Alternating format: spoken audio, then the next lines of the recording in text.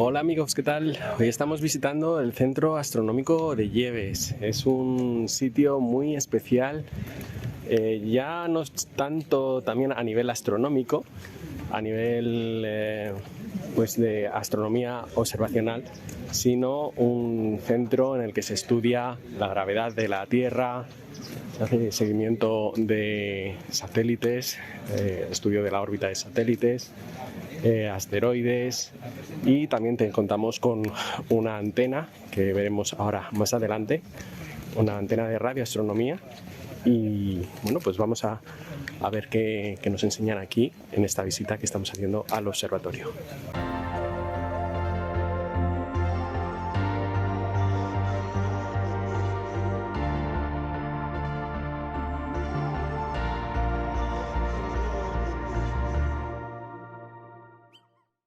Entonces, vamos a empezar la visita aquí. Es un poco un orden histórico, pero luego lo romperemos desde uno de los objetos más antiguos a uno de los objetos más nuevos.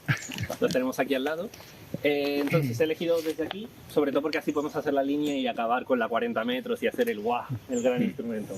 Entonces, nosotros lo que tenemos aquí es uno de los primeros instrumentos, que no el primero, de todo el observatorio. Estamos hablando de un edificio que se fundó alrededor del año 74. Nosotros tenemos aquí un astrógrafo. Un astrógrafo nos permite medir con muchísima precisión objetos en el cielo. Este principalmente se utilizaba para observar asteroides. De esta manera nosotros podemos detectar sus posiciones y sus velocidades para poder calcular sus órbitas, para saber dónde estaban o para poder hacer ¿cómo decirlo? Un esquema del sistema solar cada vez más preciso. Entonces, esto es como una primera marca de los intereses de este observatorio, de centrarnos en las posiciones, en esa astrografía del cielo. Porque, curiosamente, algo que no sé si habéis visto, nosotros en el Observatorio de Lleves no pertenecemos al Ministerio de Ciencia. Nosotros pertenecemos a lo que es el actual Ministerio de Fomento. Que es el Ministerio de Transporte, Caminos. Lo cual puede parecer muy curioso, pero es que nosotros somos los encargados de marcar posiciones y sobre todo medir, por ejemplo, la rotación de la Tierra con nuestras observaciones astronómicas. También hacemos astrofísica, pero también tenemos todos esos sistemas de observación del cielo. Entonces, si somos los que marcamos posiciones y nosotros somos los que marcan tiempos, no somos tanto los de ciencia, sino que somos los de geodesia y geografía. Entonces somos del Instituto Geográfico Nacional. Es muy curioso porque a nosotros no nos visita la ministra de Ciencia, nos visita la ministra de Fomento. Igual tiene su gracia. Pero esto muestra esos intereses del observatorio de marcar las posiciones en el cielo. Incluso nosotros somos parte de lo que viene siendo la subdirección de astronomía del Instituto Geográfico Nacional, y que incluye tanto el Observatorio de Lleves como el Real Observatorio de Madrid, el que está en el Retiro. Ellos que tenían este telescopio meridional para medir también el paso del día, este paso del tiempo. Entonces de ahí partió esa idea, luego, bueno, de ahí partió esa idea 200 años atrás, pero y luego llegó esos intereses de medir las posiciones con muchísima precisión aquí. Entonces vamos a entrar, que ya veréis que es una cúpula bastante antigua, pero aún así, como se trata de un telescopio óptico, la óptica lleva siendo la misma desde hace muchísimo tiempo. Veréis que sigue siendo un telescopio dual, impresionante. Entonces, ¿alguna duda? ¿Cuestiones? ¿Nada? Pues vamos a ir.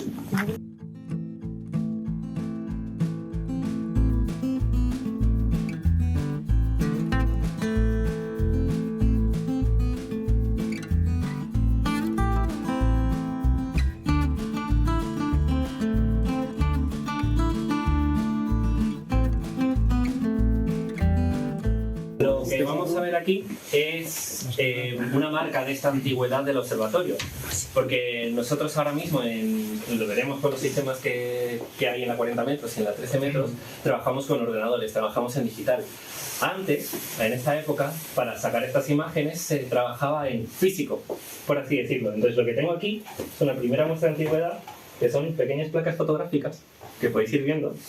Con cuidado porque en el fondo son cristalitos, pero así, para allá. Y os podéis ir pasando. Entonces, lo que veréis en estas placas fotográficas que tenemos aquí son estas observaciones que hacía el astrógrafo. Entonces, en función de la que os he pasado, porque ni he mirado lo que os he pasado, creo que ahí hay una galaxia nebulosa. curiosamente. Pero qué suerte. Lo he pasado ahí aleatoriamente. Bien, entonces lo que podréis ver son dos cosas. O podréis ver de repente un mogollón de puntitos, como todos siguiendo una especie de traza, o solo uno siguiendo una traza.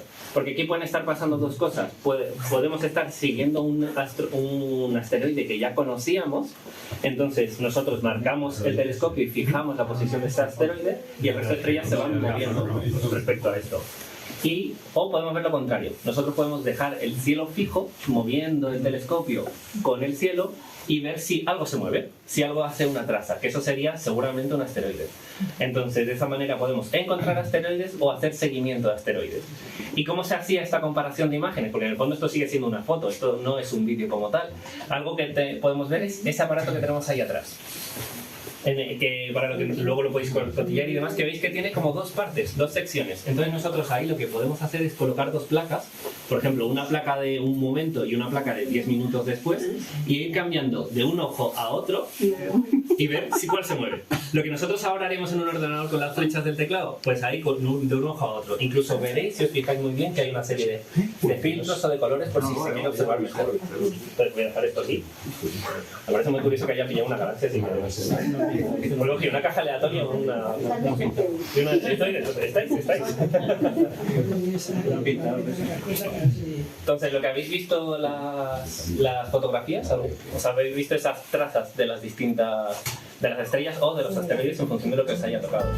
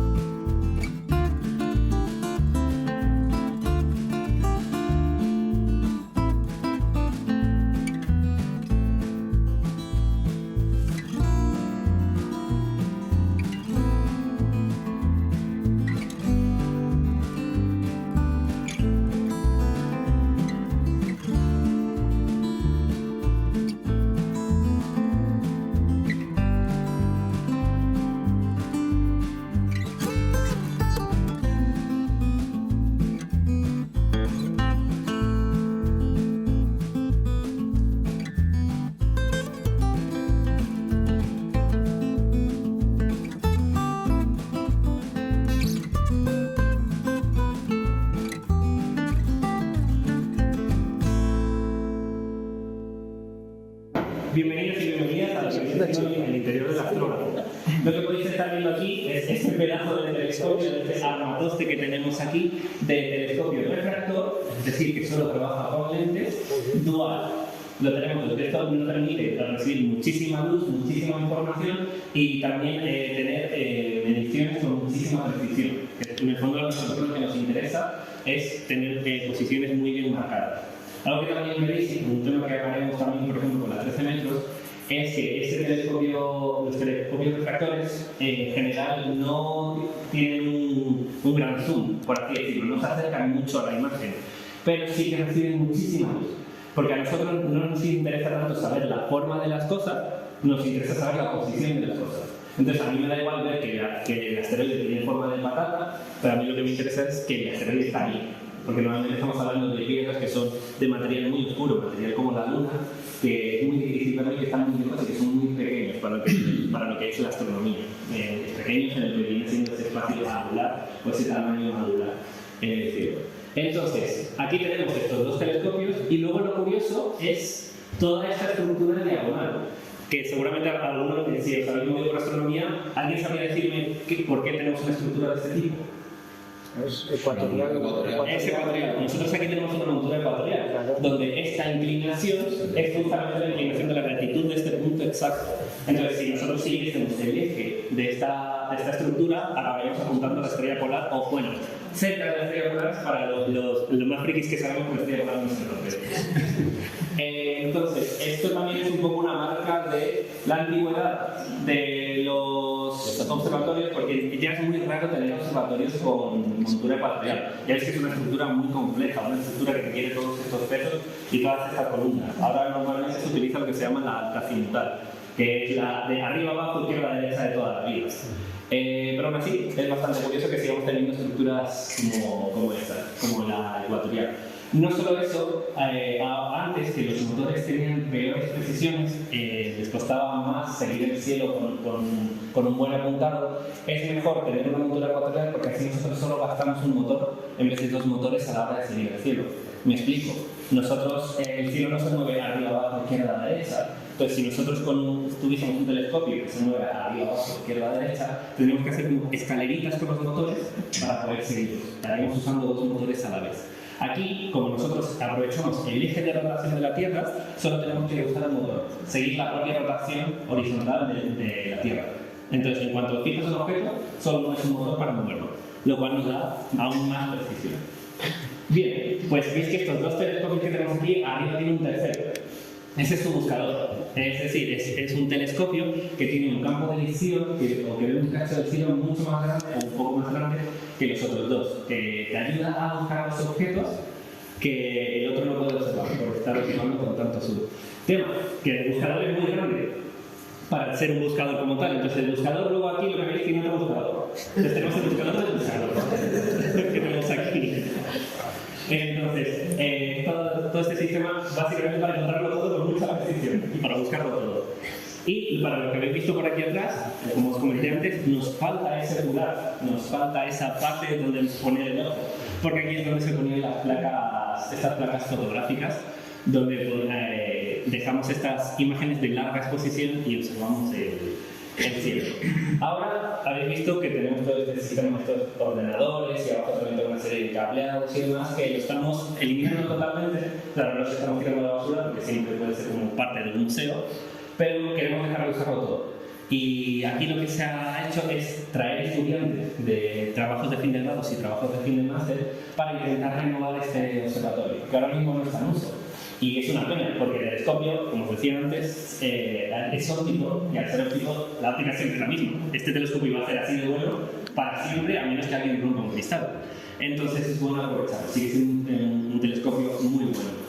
Y esto se podría aprovechar para observaciones de estudiantes de universidad, estudiantes de máster, que se hagan si quieren hacer, por ejemplo, estudios de órbitas de asteroides o similares, y podría estar muy bien. Entonces, luego podéis ver por aquí que hay todo esto, está resumido, toda esta tecnología y todos los aparatos que hay, aquí abajo está resumido con un pequeño chip que hay aquí pegado, que eso es todo lo que hacía este centro de control del observatorio, que controla la posición, controla la apertura, la curva, lo controla todo. Entonces, para los más frikis, esto se está controlando con una Raspberry. Todo, para que veamos ese avance tecnológico. Y por ahora solo estamos utilizando el buscador, el primero, no el buscador del buscador, el buscador, para observar y ya todo funciona, todo se mueve, y el siguiente paso es modificar la óptica, que es lo más difícil, para quitar las placas fotográficas y ya poder meter cámaras, meter CCDs y ya poder automatizar lo que viene siendo este observatorio. Y ya que los estudiantes lo puedan usar. Y seguramente sea, igual que el resto de los otros instrumentos de Yale, un observatorio de cielo abierto. Eso quiere decir que cualquiera lo puede usar. Nadie tiene que pagar, cualquiera lo puede usar. El tema es que hay que hacer propuestas. Si de repente tú le dices a aquel observatorio quiero usar este telescopio para vigilar a mi vecino Paco, pues te van a decir que no. Pero si luego tú les das una propuesta correcta de decir, mira, somos una universidad, tenemos un grupo de estudiantes, queremos estudiar la órbita de los asteroides, para adelante. Incluso Yale tienen también le da esa prioridad a los estudiantes de doctorado para que hagan sus observaciones. Aquí no, pero con las antenas. Aquí seguramente cuando funcione también lo hará. Porque en el fondo solo quieren hacer la investigación más fuerte, más puntera, por así decirlo. Claro, entonces, como os comenté, tenéis que fijaros esta estructura azul que teníamos aquí abajo. Esta plataforma se puede elevar o se puede bajar en función de si queremos trabajar con el propio telescopio o si queremos que observe, para que puedas girar con total comodidad y con total libertad. Claro, nosotros recordad que estamos buscando la mayor precisión posible. Entonces, como si nosotros de repente tenemos aquí a un astrónomo andando, pisando, eso va a provocar vibraciones que luego se van a traducir en las fotografías que van a salir después. Entonces, como veis, esto separa el telescopio de un astrónomo que le gusta bailar. Entonces, También otra manera de hacer esta separación, veis que esta estructura diagonal está sobre dos columnas, que luego vamos toda una estructura de hormigón, que no está sobre este suelo, sino que está todo eso en hormigón y taladrado hasta la roca madre, que es el sitio más seguro, más fijo que tenemos nosotros para establecer un edificio. Ya veréis que todos nuestros instrumentos, todos nuestros sistemas de medición, todo, están conectados a la roca madre. Y Lleves, una de las razones por las que se eligió este lugar es porque tenemos la roca madre muy cerca. No hay que tener como 500 metros, 1 kilómetro de excavación hasta la roca madre. Nosotros, no recuerdo cuánto era el número, pero estamos hablando de cientos o menos metros para alcanzar la roca madre. La tenemos al lado. Entonces eso no viene bien para todo esto. ¿Sí? ¿Preguntas, dudas? ¿Nada? Pues vamos.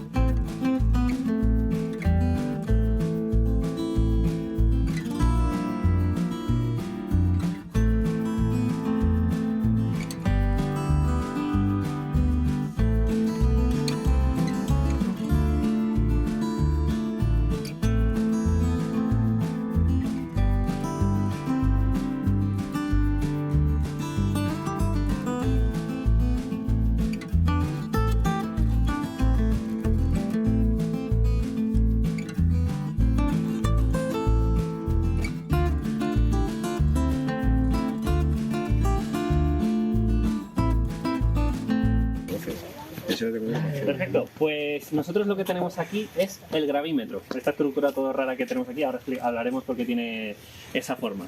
Bien, entonces nosotros venimos de una de las formas más antiguas de observar las posiciones en el cielo y sobre todo las posiciones en tierra, que algo que me habéis estado escuchando es que hablamos tanto del cielo como de la Tierra, porque también nos interesa el propio movimiento de la Tierra, pero poco a poco iremos enfocando esa idea.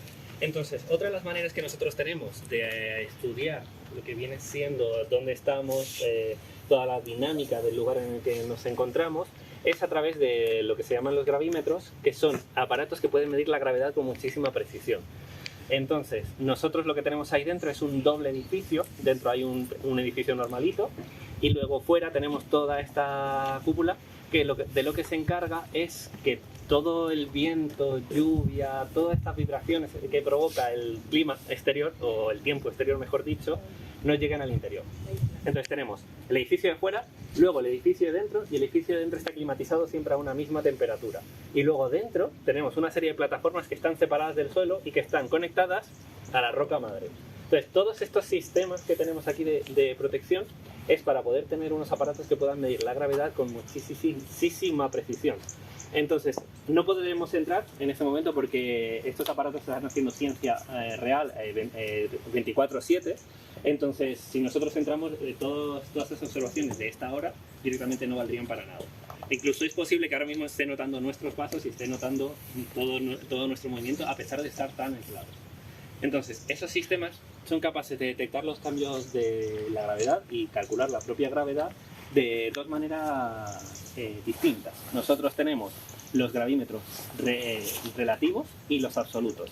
Los absolutos lo que te están dando es el valor de la gravedad con un número determinado. Por ejemplo, el 9,81 que siempre hemos oído por todas partes, bueno, aquí es como 9,80 aproximadamente, porque luego os mostraré una imagen, esta varía a lo largo de la Tierra. Y te marca ese número específico, que no suelen ser del todo precisos. Entonces nosotros lo que hacemos es marcar como un número fijo y luego tenemos los relativos, que lo que hacen es que no saben dónde están, no saben cuál es el 9,81, pero si varía un 0,001, por ejemplo, sí que lo notan. Entonces tenemos los dos para medir dónde estamos y el cuánto variamos desde ese punto de referencia. Y ese segundo relativo mola muchísimo porque utiliza uno de los principios más básicos de la física, que es una bolita oscilando, pero utiliza superconductores e imanes a temperaturas súper bajas. Nosotros utilizamos helio para enfriarlo, y utiliza propiedades cuánticas con detectores láseres para ver precisiones ínfimas de la gravedad, para ver variaciones súper pequeñas, tanto que puede detectar las variaciones de la gravedad por la propia Luna. Nosotros, si vemos esa gravedad, si nosotros estudiamos la gravedad, las gráficas que sueltan estos aparatos, vemos que de repente hay un periodo de cada 28 días, que es la Luna pasando, alejándose o acercándose, por ejemplo, nosotros. Una diaria, que puede ser el propio Sol, o las propias mareas, por ejemplo. Incluso una anual, que es la propia de nosotros alejándonos del Sol, según nosotros vamos avanzando en nuestra órbita. Entonces detecta de todo. Y claro, nosotros lo que estamos buscando en Yebes, y que lo hemos conseguido con el aparato que vamos a ir en el siguiente, es ser lo que se llama un punto geodésico de referencia. Entonces, nosotros para poder hacer todas estas observaciones, nosotros para poder saber la posición de la Tierra y la posición del cielo, todo con mucha precisión, no nos vale tener un solo instrumento. Porque si tiene fallos no puedes comparar con otro instrumento qué fallos tiene. Y uno dirá, no, pues los comparas con otro sitio. No, tienes que estar en este sitio. En este sitio tienes que tener toda una serie de instrumentos distintos que compensen los errores entre sí para poder tener una precisión muy buena. Normalmente no todos los observatorios tienen todos los instrumentos necesarios para conseguir esto, pero aquí en España, en Yebes sí que lo hemos conseguido. Es el único de España, incluso que todavía no lo es, pero pronto lo va a ser. Porque ese todavía le queda un poco para empezar a hacer ciencia, para hacer mediciones. Entonces, nosotros lo que tenemos es observaciones, por ejemplo, ese ya no, pero lo utilizamos con otros, observaciones de estrellas, observaciones de galaxias, observaciones de la gravedad o observaciones de satélites, por ejemplo. Entonces, todo esto nos hace ese punto de referencia que indica exactamente dónde estamos, cuándo estamos y que podemos conectar con otros puntos de referencia del mundo para conocer el planeta Tierra con muchísima precisión. Bien, entonces, los que habréis visto por fuera, acabamos de entrar a esta bola enorme que alguien le llama la bola de golf. Esto es, nosotros le llamamos el radón que tenemos. Luego cotillaremos por un poco ahí, pero ya estáis viendo que esta zona es de ese color amarillo beige que está marcando que es algo antiguo. Entonces, eso es de las cosas también más antiguas que tenemos. Incluso una de las primeras estrellas o joyas de la corona de este observatorio. Pero os dejo ahí con el suspense mientras hablamos de esto. Entonces, nosotros aquí tenemos dos, además de esa como sorpresa, por así decirlo, tenemos aquí un experimento muy chulo, porque aquí todo lo que estáis viendo, incluido todos estos aparatos, estos cables, estos ordenadores y este sistema, es un radiotelescopio. Solo que le hemos quitado la antena. Entonces tenemos todo lo que viene siendo los receptores, todo lo que viene siendo la computación, el estudio de espectros, está todo aquí. Entonces tiene los mismos componentes que una antena. Solo que en vez de observar al cielo, está observando a un cielo inventado. Nosotros lo que podemos tener aquí, en este recipiente envuelto con papel albal, tenemos un sistema conectado con todos estos tubos azules a estas bombonas, un sistema en el que nosotros podemos crear la atmósfera que queramos, y no la atmósfera nuestra, sino esa atmósfera espacial, por ejemplo, simulando los componentes de una nebulosa. Entonces nosotros nos inventamos aquí un poco nuestra nebulosa y luego hacemos pasar señal radio a través de esta nebulosa para nosotros poder escuchar y poder ver los componentes de la nebulosa que nos acabamos de inventar. Sí.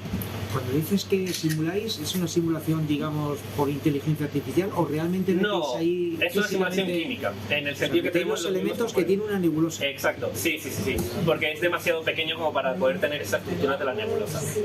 O sea que podéis hacer un vacío bastante bueno, no tanto como una nebulosa, porque esos son los mejores vacíos del universo, pero todo esto, como veis, es todos sistemas de vacío. Entonces, ahora mismo no está, porque no está encendido, pero se escucharía como una bomba haciendo, que es la máquina de vacío. Ahora mismo no está encendida, depende cuando lo vayan a observar. ¿En absoluto? ¿Cuándo se empezó a pensar en lo que es simulación? Como concepto, creo que es algo que siempre ha estado en la mente de los astrónomos, porque uno de los problemas principales, por no decir el problema principal de la astronomía y de la astrofísica, es que no podemos hacer experimentos. Nosotros no podemos de repente decir, quiero tener una estrella y me la fabrico. Entonces es algo que sí que siempre ha estado. Lo importante es la tecnología. Toda esta tecnología de vacío, toda esta tecnología de gases, toda esta tecnología de receptores no se empezó a tener hasta, digamos, los años 80, por decir un número. Esto, si no recuerdo mal, es de los años 2000. cuando se empezó a hacer toda esta experimentación con otro órgano. Y claro, entonces, antiguamente tú sí que podías hacer espectros de compuestos en un laboratorio de química. Entonces, la gracia de... Bueno, mejor, voy a empezar con un espectro que va a ser más fácil. ¿Todo el mundo sabe lo que es un espectro? ¿No? Vale, perfecto. Mejor. No, mejor. A mí me gusta contarlo, que es mejor. Entonces, nosotros, cuando tenemos un componente químico, cuando tenemos un material, nosotros podemos hacer dos cosas con ese material. Bueno, podemos hacer varias, pero desde nuestro punto de vista podemos hacer dos cosas. Podemos hacer que la luz atraviese y ver cuál es la luz que se ha quedado después, o que la luz rebote, o mejor dicho, que salga desde este propio material. Entonces, nosotros cuando tenemos luz, en la luz blanca, por ejemplo, del sol, o una luz similar, nosotros no tenemos solo un color. Siempre habréis escuchado esta frase de el blanco no es un color, es una combinación de colores. Entonces nosotros tenemos varios colores, lo que viene siendo el espectro, que es todo este conjunto de colores de la luz. Bien, pues cuando esta luz atraviesa, por ejemplo, un material, un gas, o el oxígeno, por ejemplo, lo que va a hacer es que colores muy específicos van a actuar con los átomos que tienen el oxígeno, porque el oxígeno tiene una serie de electrones, tiene una serie de componentes que reaccionan a un solo color o a un par de colores muy específicos. Entonces va a llegar la luz, todos esos colores se los va a comer el oxígeno y el resto de colores va a pasar. ¿Qué pasa? Que se nos ha quedado un arco iris con líneas negras, que son todos los colores que se ha comido.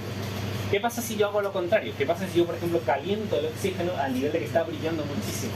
Pues yo lo único que puedo hacer es calentar esos electrones. Yo no puedo inventarme y calentar cualquier otra cosa. Entonces lo que va a emitir son solo esos colores específicos. ¿Qué me va a salir?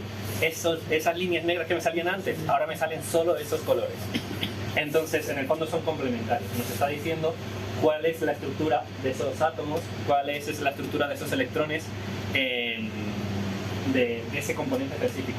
Y lo mejor de todo, lo que nos ayuda en astronomía, es que cada elemento tiene como ese código de barras único. Es único. Entonces, solo con poder observar la luz que está emitiendo, por ejemplo, una estrella, o la luz que está atravesando una nebulosa, porque hay otras estrellas en su interior, o otras estrellas por detrás, con esta información podemos saber con exactitud qué componentes tiene. Y esto no solo es para elementos de la tabla periódica, sea el oxígeno, sea el hidrógeno. Esto vale para moléculas. Las moléculas también tienen sus distintos espectros. Solo que luego hay otras cosas raras que te salen otros espectros más difíciles, porque cuando tú tienes una molécula no solo tienes un átomo, sino que tienes varios. Entonces, no solo afecta los electrones de cada átomo, sino que también afecta los movimientos. Tenemos los movimientos de traslación o los movimientos de rotación, lo que se llaman espectros vibracionales y espectros rotacionales, por si alguien quiere escuchar esas palabras. Y esos son espectros mucho más complejos de detectar, pero aún así siguen siendo únicos. Entonces, si nosotros podemos estudiar eso en un laboratorio, elemento a elemento, sospechando lo que puede tener una nebulosa, por ejemplo, nosotros después podemos irnos a una nebulosa a observar y ver esos patrones, esas líneas. Entonces, ¿qué tenemos que mejorar nosotros? Desde el punto de vista de un radiotelescopio, es recibir mucha luz para tener mucha iluminación en ese espectro entero y también tener mucha resolución. Entonces nosotros necesitamos sistemas digitales, en nuestro caso actual, muy finos, que pillen frecuencias muy rápidas para nosotros poder pillar esas líneas muy finitas. Porque es verdad que el oxígeno, por ejemplo, suelta ahí una línea cortísima en el azul, pero luego estas moléculas sueltan líneas súper finas que si no tienes la resolución no lo puedes observar. ¿Sí? Clase Mega Express, eso es 2 cuatrimestres de física. Entonces, luego lo que nosotros tenemos aquí es, antes se estudiaba a través del laboratorio, por ejemplo, con bombillas o con llamas de esos componentes, pero también nosotros lo que podemos ver es cómo se comportan entre ellos o cómo sería un espectro mezclado de todos estos componentes. Porque claro, todos estos componentes moleculares están tan mezclados que, aunque sean líneas únicas, si están muy mezcladas es muy difícil detectarlas. Entonces utilizamos experimentos como este para poder simular lo que nos podemos esperar. De que si aquí metemos moléculas que nosotros sabemos y nos encontramos un patrón, sabemos que si ese patrón nos lo encontramos en otra parte, será eso mismo exactamente. Entonces eso es uno de los estudios principales de Yebes. Lleves es el líder en detección de moléculas en nebulosas. En una de las han elegido una nebulosa muy buena que contiene material que podemos reconocer o que tiene un buen espectro que nosotros podemos observar, y ha reconocido más de 40 moléculas, todas orgánicas, en esa nebulosa. Uy, ¿cuál es? Se llama TMC1 y luego tiene unos nombres muy raros. TMC1. Entonces, nosotros lo que observamos ahí son estas componentes orgánicas que curiosamente nos acabamos encontrando en todo el universo. Y algo también muy curioso que han encontrado ahí es que han encontrado los elementos principales, las piezas Lego, por así decirlo, de aminoácidos, por ejemplo, o de componentes orgánicas que encontramos en los propios seres vivos. No estamos diciendo que estamos encontrando vida, sino que estamos diciendo que el universo genera estos componentes orgánicos con mucha facilidad. Entonces, no es tan difícil el siguiente paso a esas nuevas moléculas. Luego, más allá, es otras historias. Pero por lo menos los componentes y los legos, esos legos de la vida orgánica ya los tenemos en las nebulosas que luego se transforman en las estrellas, que luego a su alrededor dejan el material para convertirse en planetas. Y luego, pues, estamos nosotros. Bien, entonces, para explicar un poquillo esto, nosotros lo que tenemos... A ver, que me ponga por aquí. Vale, nosotros lo que tenemos es aquí, si lo podéis leer, pone con lua, carga fría, que esto es nuestro emisor de radio con el frío del universo. Entonces nosotros ahí lo que tenemos es una zona vacía y una zona vacía muy fría a 17 kelvins, estamos hablando de menos 250 grados centígrados o más, que emite esta radiación similar a lo que viene siendo este universo, luego rebota por estos espejos metálicos que veis, rebota, luego arriba y se mete en este universo, esta nebulosa que nosotros hemos simulado con los gases que nosotros hemos elegido.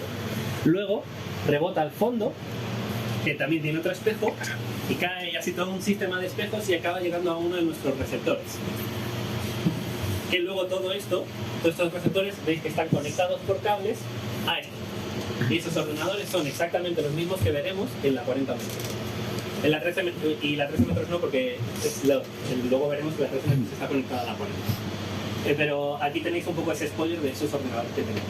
Entonces en el fondo tenemos todo lo que tiene un radiotelescopio menos antena, que es lo más caro, pero por lo menos tenemos todo el resto. Sí, aquí con los juegos de espejos y demás tenemos esos mismos modelos similares. Porque estos son receptores, o sea, este experimento salió después del observatorio, se utilizó un receptor después y incluso se le quitó un ordenador para traerlo aquí. Entonces vino antes en la 40 metros que este experimento. O vino antes las observaciones que este experimento. Bien, lo que estáis observando aquí es el primer radiotelescopio dedicado a radioastronomía de toda España.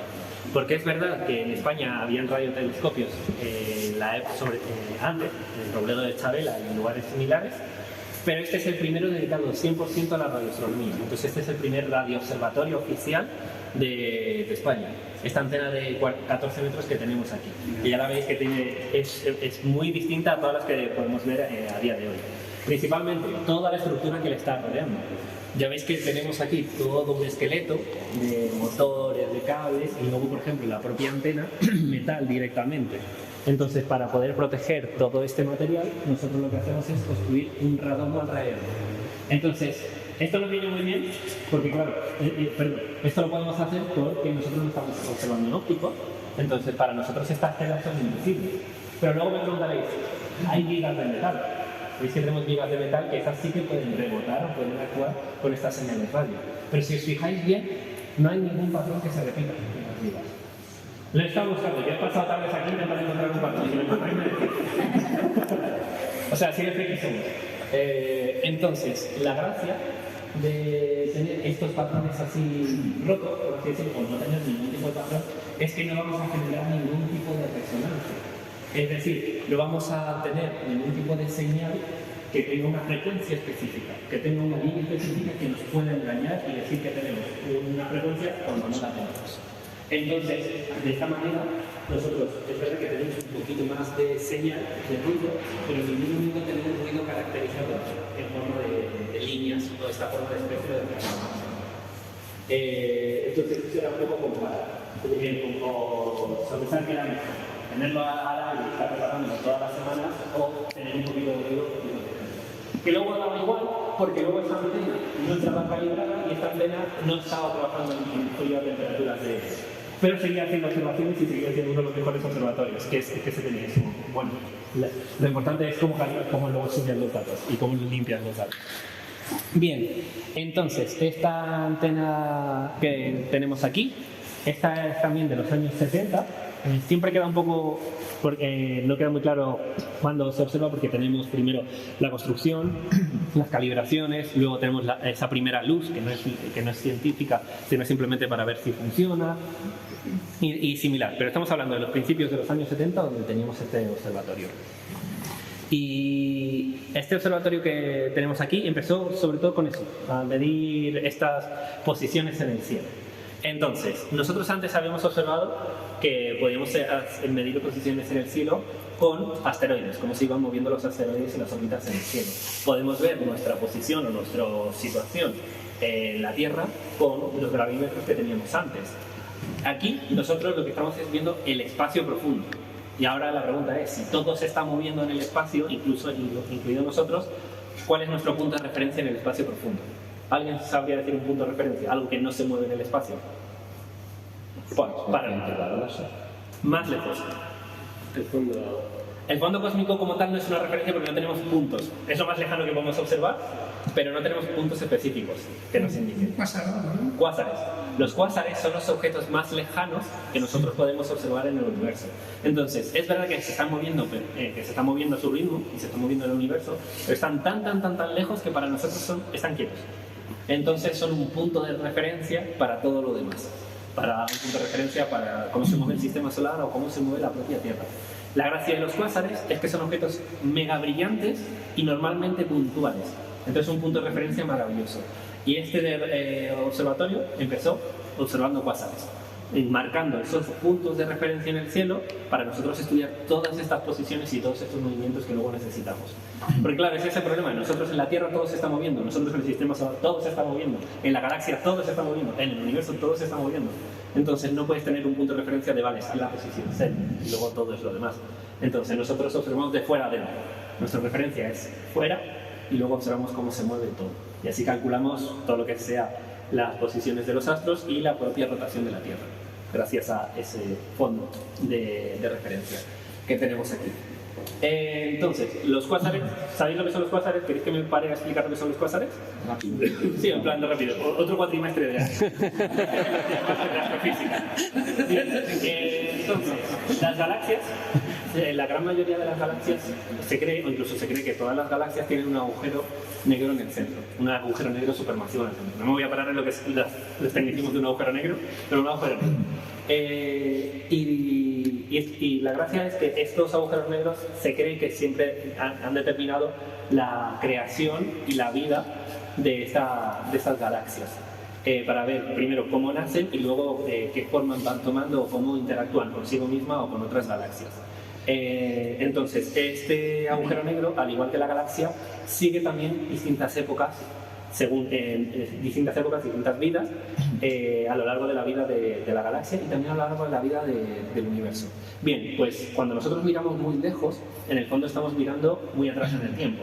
Esta es una frase mítica que se utiliza en astrofísica porque nosotros, como la luz tarda un tiempo en llegar, nos está llegando las fotografías del pasado.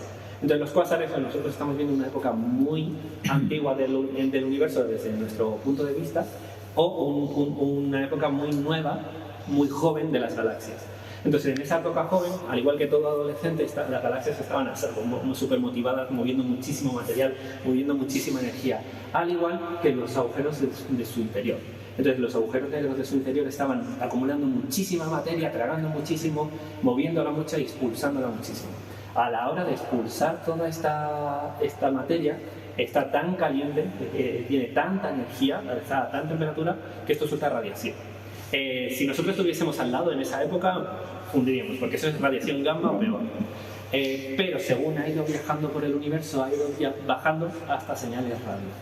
Entonces, nosotros lo que estamos observando es esas épocas en las que los núcleos de las galaxias estaban estaban soltando muchísima energía.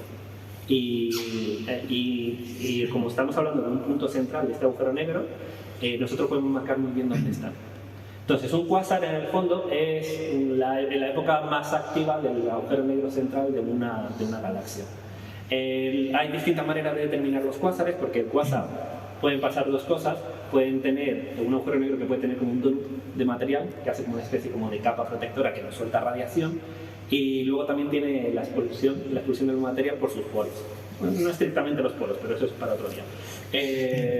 Por sus poros. Entonces nosotros tenemos distintas observaciones en función de si estamos observando ese material, si estamos observando, por ejemplo, si este es el rayo, estamos observando desde aquí que nos llega mucha luz, o luego está el mejor caso para nosotros, que es el caso más luminoso, que es que estamos observando directamente, que eso es un plasma.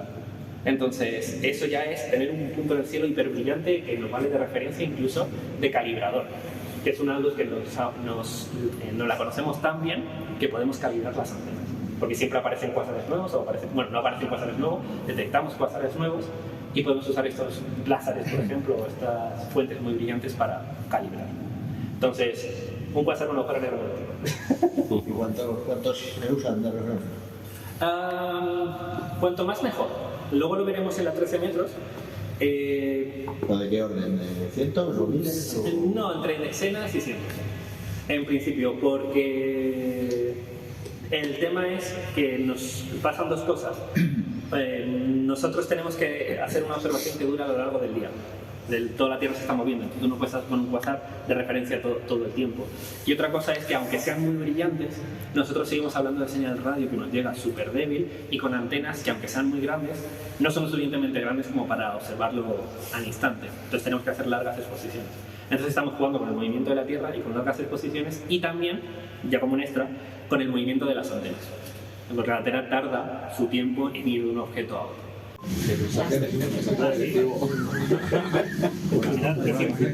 Cintas magnéticas. Entonces nosotros aquí estamos hablando de los años 70, y aquí nosotros nos podemos parar a hablar de una cosa súper curiosa. Es que la radioastronomía, a diferencia de la astronomía óptica, es muy dependiente de la tecnología de ordenadores de momento. Es verdad que la óptica también necesita tener mejores ordenadores, mejores precisiones, pero como nosotros estamos trabajando con señales electrónicas en el fondo, vamos a depender de todos estos sistemas electrónicos. Entonces se tiene que adaptar a la época. Y ahí lo que teníamos en esa época eran cintas magnéticas y tarjetas perforadas. Entonces, seguramente muchos sabréis cómo funciona esta tarjeta perforada, pero lo curioso aquí es que estamos hablando de una época en la que no se tenía como tal discos duros, no se tenía como tal memoria permanente. Entonces, cuando llegaba el astrónomo, antes de hacer la observación, tú lo que tenías que hacer no es encender el ordenador como tal, ni siquiera cargar el sistema operativo, cargar las operaciones. Tú cargabas las operaciones, el ordenador guardaba lo que era una suma, lo que era una resta, luego cargabas el sistema operativo, lo que era el sistema operativo en esa época, que ahora es otra cosa distinta, y luego cargabas la observación. Entonces, porque no tenía esa memoria como constante, por así, permanente, por así decirlo. Y luego las observaciones las guardamos en cintas magnéticas. Esto, lo que nosotros hablamos de ceros y unos, se guardaba en lo que se llamaban los dominios magnéticos. Si alguien cotilla de ingeniería de materiales, estamos hablando de dominios magnéticos de aquí. Que no es técnicamente ceros y unos. Si alguna vez os han dicho que una cinta magnética guarda ceros y unos, difícil, no es lo mismo, pero es lo que más se acerca. Y aquí nosotros no, los astrónomos tenían que saber en qué parte de la cinta acababa la observación y empezaba la siguiente. En qué parte de la cinta tenías una frecuencia u otra frecuencia, porque había varios canales a lo largo de la cinta, porque nosotros teníamos que trabajar con distintas frecuencias. Entonces era todo muy manual. Y luego cuando metían marcadores y decían, vale, aquí empieza y tal. Y luego, claro, la gracia es que en esa época ya empezaba algo que se llamaba el VLBI, o la observación de interferometría. Y es que la gracia de la radioastronomía es que, a diferencia de otras astronomías, nosotros podemos guardar la información. No es como en el óptico, que tú esperas que la puedes guardar en una foto, pero nosotros podemos guardar la información con marcas de tiempo. Entonces podemos siempre pillar esa información y moverla como si fuese una observación a tiempo real. ¿Qué quiere decir eso? Que nosotros podemos juntar varios telescopios que no están conectados como si fuesen un solo telescopio. Entonces, para explicar esta parte, nosotros nos vamos a imaginar un telescopio normal, nuestra antena. Pues una cosa curiosa que nos dice la óptica es que si nosotros le quitamos una placa o hacemos un agujero a esta antena, la resolución sigue siendo la misma. Nosotros seguimos teniendo la misma distancia entre los límites de la antena. Entonces podemos ver cosas igual de pequeñas. Lo único que perdemos es luz. Tenemos que hacer exposiciones más largas porque hemos perdido superficie receptora de luz. Entonces si le quitamos otra placa, de nuevo, no pasa nada, seguimos teniendo la misma resolución. Si vamos a este extremo, hasta que solo tenemos 2 placas en los límites, seguimos teniendo un telescopio de esas dimensiones con esa precisión, pero no recibimos casi nada de luz y necesitamos exposiciones muy largas. Llevado al máximo extremo, nosotros podemos tomar antenas de todo el mundo, tener un diámetro del radio de la Tierra y hacerlas trabajar como si fuese un solo telescopio. Entonces, por eso nosotros en radioastronomía no solemos construir antenas de 1 kilómetro, sino que nos quedamos en antenas como de 40, 50, 60 metros, pero colaboramos internacionalmente. Entonces conseguimos antenas de un diámetro del tamaño de la Tierra. Y gracias a eso, con lo que es el VLBA, esta interferometría de larga base, nosotros podemos conseguir la mejor resolución que se puede conseguir en cualquier disciplina de la astronomía, en cualquiera. Entonces, la mejor que se está consiguiendo ahora mismo es del orden de microarcosegundos de precisión. Entonces, para hacernos un poco una idea, si nosotros separamos todo el cielo, damos una vuelta entera, nosotros tenemos 360 grados. Entonces, si nosotros elegimos solo un grado, se nos queda así un cachito así. Un grado es algo así como 2 veces la luna, por ejemplo. Eso es un grado, vale. 2 veces la luna, o la luna, por ejemplo, que es la mitad, tenemos 30 minutos dentro de ese grado. ¿Vale? Entonces, si nosotros vemos la luna y le separamos en 30 veces, ahí tenemos un minuto. ¿Vale? Si ese minuto lo separamos 60 veces, tenemos un segundo. Y si ese segundo lo separamos 1.000.000 de veces, tenemos un microarcosegundo. Con eso sí que veréis la antena, la bandera de la luna, si fuera óptica. Pero de sobra incluso nos pasaríamos. La manera que me gusta a mí de explicarlo es que nosotros, si ponemos una moneda de 1 euro en la luna, podemos saber de qué país es, viéndole ahí el país, las letras. Pero claro, no es en visual no... No, en visual no, esto es en radio. En radio. Entonces nosotros podemos conseguir esa precisión, pero sigue siendo una precisión mayor. Entonces es la mejor que podemos conseguir. Y eso ya se hacía en esa época. ¿Cómo lo hacían? Llevaban estas cintas magnéticas, marcaban las observaciones, tenían ya dentro las marcas de tiempo y luego se las llevaban todas a un centro de datos que juntaban todas las cintas magnéticas en una sola observación. Entonces se los llevaban en coches, se los llevaban en transportes y lo juntaban todo. Y luego esto parece muy antiguo, pero claro, luego los discos duros más adelante llegaron, pero el internet no llegó tan rápido como llegaron los discos duros. El ADSL, que iba a 1 kilobyte por segundo, no era suficiente para transmitir teras de información. Entonces te salía más barato y más rápido llevar los propios discos duros armatostes a los centros de datos. Y ya veréis que en la 40 metros hay discos duros que tienen mangos para sacarlos y transportarlos. Ahora, luego, por continuar aquí, pero para ser muy spoiler, nosotros tenemos la fibra óptica, la maravillosa fibra óptica. Y si alguna vez os habéis quejado de vuestro internet en vuestra casa, aquí no os podéis quejar. Porque nosotros aquí tenemos 100 gigas por segundo. Entonces, aquí no nos podemos quejar. Entonces, es una velocidad lo suficientemente rápida como para hacer observaciones a tiempo real. Nosotros estamos ahora explorando y hemos conseguido lo que se llama la eVLBI, esta interferometría electrónica. Entonces nosotros, en vez de guardarla en nuestros discos duros, esa información va directamente al centro de datos, desde todas las antenas, al momento. ¿Qué hace?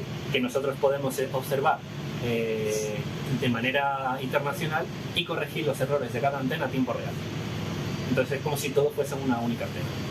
Entonces, desde eso a esto. Es todo lo que hemos evolucionado en 50 años. Pero ya veis, somos muy dependientes en la radioastronomía de esa tecnología de datos, de transmisión y de acumulación de datos. Sí.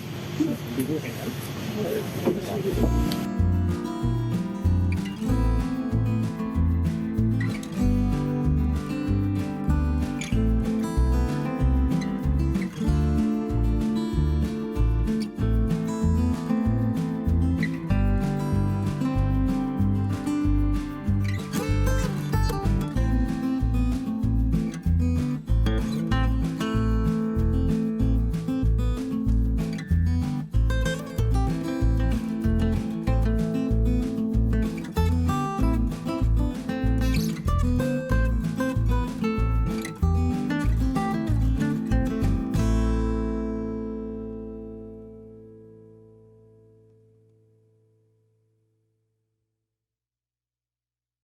Vale, pues esto es la 13 metros. Esto es nuestro radiotelescopio más moderno. Hay dos. Entonces está el más moderno y el menos moderno.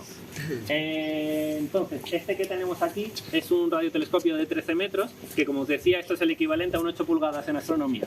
Entonces, observa con muy poco campo de visión, estamos hablando, o muy grande, mejor dicho, con muy poca resolución. Estamos hablando del grado, o incluso un poco menos en función de la frecuencia a la que trabajemos. Y también recibe poca luz, porque tiene poca área para recolectar esa luz. Entonces se ha hecho todo lo posible para poder suplir esas desventajas. Y claro, nos preguntaremos por qué nosotros queremos un telescopio, porque nosotros no gastamos millonadas en un telescopio de solo 13 metros cuando podemos tener cosas como de 40 metros. Por una parte son más baratos, a pesar de que sean una millonada. Por otra parte, porque estamos hablando de lo mismo que estamos hablando en el astrógrafo, donde nosotros estamos buscando encontrar puntos y no formas. Entonces a nosotros nos importa aquí encontrar sobre todo cuásares, no saber qué forma tiene el cuásar. Entonces no necesitamos tanta resolución, pero sí que necesitamos algo que se mueva muy rápido en el cielo. Entonces hacemos algo pequeño, compacto y ligero para que se pueda mover muy rápido en el cielo y detectar todos estos puntos. Entonces, para poder suplir esto, algo que no se ve ahora, pero después cuando volvamos de la 40 metros que le pida al astrónomo que lo mueva, algo que se ve que tiene una cúpula muy cerrada y un espejo secundario muy cercano. Para lo que sabéis un poco de telescopio, estamos hablando de un telescopio muy rápido, con una distancia focal muy corta. Esto nos está dando un zoom muy pequeño, pero nos está dando una iluminación muy grande. Y es algo curioso porque también veréis en el espejo secundario que el espejo secundario no es así, curvo, como el otro, que es como tú tienes, por ejemplo, una parábola a la que te llega toda la luz, la concentras en un espejo secundario y tienes otra mini parábola o parábola invertida que también te la concentra hacia adentro. Esta no, esta tiene la parábola que la concentra, pero la concentra tan rápido que tú no puedes utilizar una parábola normal. Tienes que usar la inversa de una parábola. Y la inversa de una parábola es lo que se llama un foco de anillo, que es una parábola que hace así. Entonces, una parábola normal hace esto. Esta parábola hace así. Y hace un piquito. Y es un pinchito. Porque en el fondo es una parábola, pero invertida.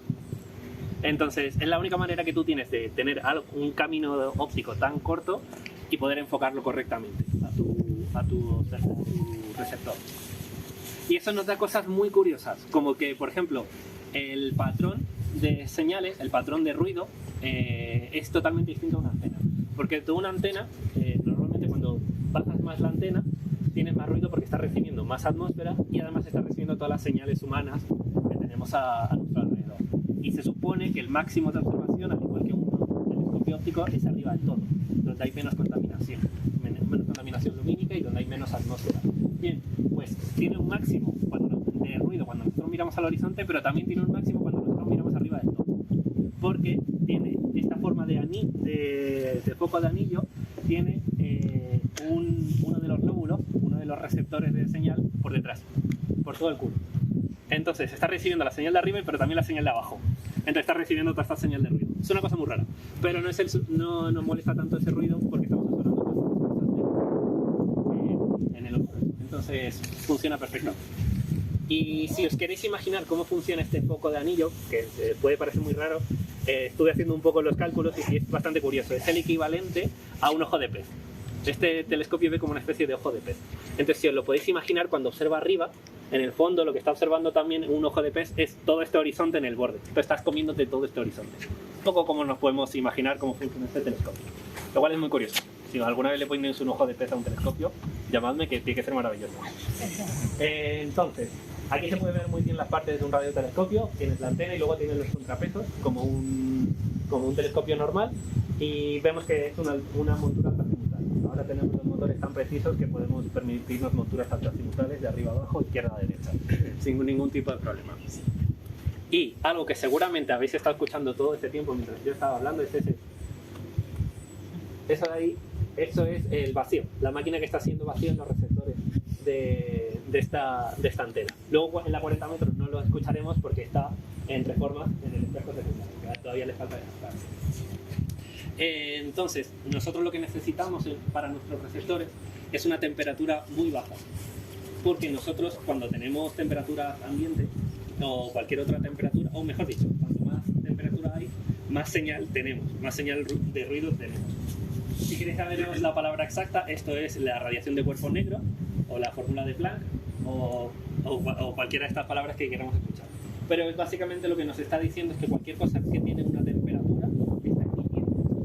Y cuanta más temperatura, mayor es la frecuencia de esa luz. Y esto lo podemos ver, por ejemplo, en un metal. Un metal, nosotros cuando lo tenemos a temperatura ambiente, un hierro, por ejemplo, no brilla por sí solo. Pero cuando lo calentamos, pasa al rojo. Lo calentamos más, pasa al naranja.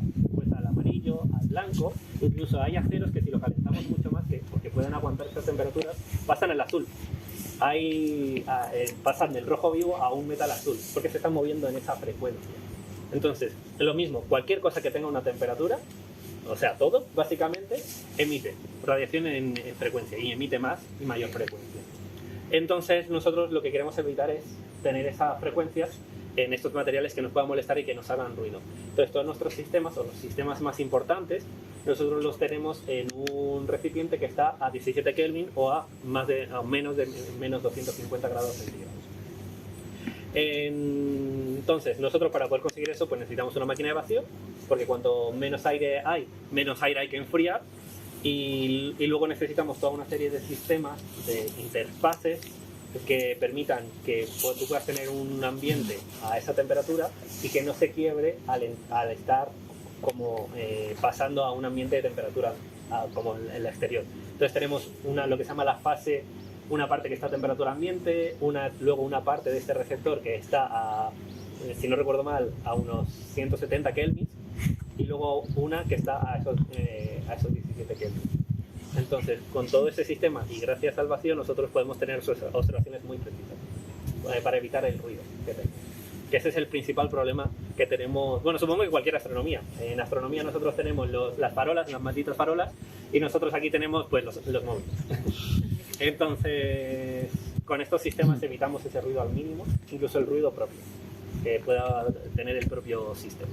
Y eso es la música, esta es la sintonía que todos los ingenieros y las ingenieras de aquí escuchan todas sus. Así que si queréis trabajar aquí, tenéis que acostumbraros. Yo tengo tinnitus, no me da ningún problema. Pues mira, maravilloso. Te puedes venir aquí y estar al lado de esto todo el día. Entonces, a esto no vamos a entrar porque no hay nada. Es básicamente un par de cables y una columna de hormigos. Porque todo el sistema de control está allí en la 40, que es donde vamos a explicar todo esto. Luego ya como intermedio, ahí tenemos una cúpula, normalita, donde antiguamente, donde ahora hay un telescopio y se le llama la torre solar. Ese fue el primer instrumento de todos del observatorio de Lleves. Aquí no había ni vallas, ni edificios, ni nada, y en medio de la nada estaba aquí. Y aquí venía un astrónomo a hacer sus observaciones. Esas fueron las primeras observaciones que se hicieron aquí en el observatorio. Pero rápidamente llegó, porque este es del 71, o incluso, sí, del 71, rápidamente llegaron el astrógrafo y el 14 metros. Entonces rápidamente tomaron protagonismo esos instrumentos. Y poco más. ¿Vale? Eso por esta parte. ¿Dudas? ¿Cuestiones? Ya lo veremos en movimiento a la vuelta. Bueno, y es algo que no se contaba ahora, que una pequeña curiosidad con el radomo. ¿Sabéis cómo llegó la ingeniería de telecomunicaciones y toda la tecnología radio a España? Las primeras antenas que llegaron a España, o de las primeras antenas de estas de gran capacidad o de estas grandes telecomunicaciones de larga distancia, vienen de la época de los viajes a la Luna. De las misiones Apolo, para poder mantenerse en contacto con los astronautas cuando estaban yendo a la Luna, tenían que tener antenas en distintas partes de la Tierra, porque la Tierra iba rotando y si tú estabas en Estados Unidos llegaba un momento en el que ya le dejas de ver con tu antena. Entonces, mínimo, tenías que tener 3, una cada 120 grados, para poder ver a lo largo de todo el día, aproximadamente. Y se eligieron 3 sitios, que eran Estados Unidos, luego el otro, si no recuerdo mal, era Australia. Y luego España. Entonces, en España era un sitio perfecto para colocar la antena, entonces llegaron los americanos y dijeron, pues vamos a poner aquí una antena y vamos aquí a observar. Y España dijo de una manera bastante inteligente, vale, podéis hacer lo que queráis aquí, pero sí, también trabajáis con ingenieros nuestros y formáis a nuestros propios ingenieros. Entonces, cuando esos ingenieros aprendieron toda esa tecnología de telecomunicaciones de larga distancia, luego, después de cuando acabó los viajes a Apolo, todos estos ingenieros se fueron a universidades como la Politécnica a enseñarlo. Y luego también aprovecharon todo este conocimiento para montar observatorios como este. Si estamos hablando de la época de los años 60-70, llegaron radiotelescopios como este. Entonces, gracias a esa colaboración que nos vino de la Luna, España se convirtió en uno de los focos de telecomunicaciones y de radioastronomía. Y ahora un poco lo sigue siendo. Así que es un poco de historia. A ver, vamos a 40 metros. Me he preguntado qué son esos pilones, que los veis por todas partes. Algo que podéis ir haciendo mientras explico, si queréis, es poneros aquí y ver cuántos pilones veis desde aquí. Mínimo tenéis que ver siempre 3 a vuestro alrededor, conectados aquí. Y hasta el jardinero nos corta los caminos para que se puedan ver entre sí.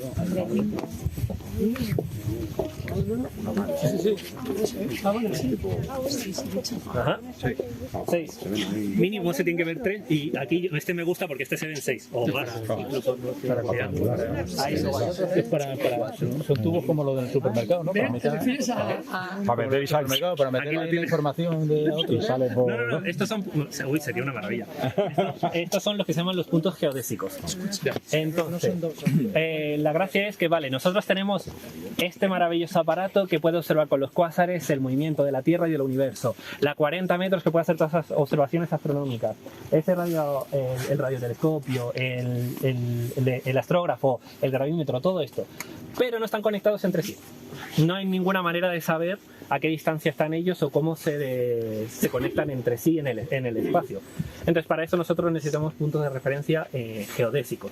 Necesitamos como una malla de puntos que nosotros sepamos con exactitud en qué posición están, para poder referenciar todas las posiciones que marquen los distintos aparatos entre sí. Y así tenemos todo un centro de investigación que trabaja en conjunto, todos sabiendo con precisión las posiciones de todo. Incluso las propias antenas. Tenemos aquí, por ejemplo, una investigadora que lo que hace es colocar una serie de puntos, espejitos y puntos láser, y van moviendo la antena en todas las posiciones para poder calcular el punto central de la antena, lo que es la posición real de la propia antena. Y lo hace a precisiones de milímetros o incluso menos. Entonces, incluso de la 40 metros. Sabemos con milímetros o menos cuál es el centro de esa antena. Y para poder referenciarlo utilizamos esto. Voy a abrirlo, pero puede que nos encontremos un murciélago durmiendo.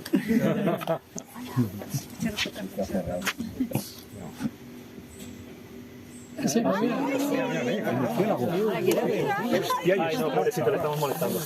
Pero mirad rápido lo que hay aquí. Qué bonito. Sí. Pensaba que iba a ser mentira y... Vale, venga. ¿Veis toda la columna? Genial. Ahora lo voy a poner, que me da penita el pobre murciélago. Sí, que le estamos dejando frío. En la plasta, Ya, es verdad. ¿Por qué estaba aquí? Por el hueco. Claro, se mete por el huequecillo. Por el huequino, ¿Qué pasó? Pues se ha movido, ¿no? Que le estamos dejando... por ahí. Ah, no, porque es curvo.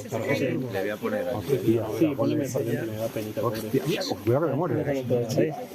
Ay, mira cómo le subo quita el pobre está nervioso. Vale, vamos a tapar ahora. Ay, qué pobrecillo. Ay, que está donde estaba. Y luego No la plasta sale. ahí se le queda. La plasta, Igual que ha entrado ahí. No, se cuelan de alguna manera. Aquí entran por aquí y buscan. Porque me da cuenta que esto es curvo, entonces sí que...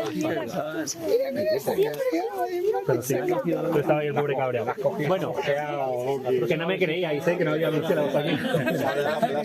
Y porque no se ha visto que había avispas, pero bueno. Pero no, ahora no hay avispas aquí. ¿Te imaginas?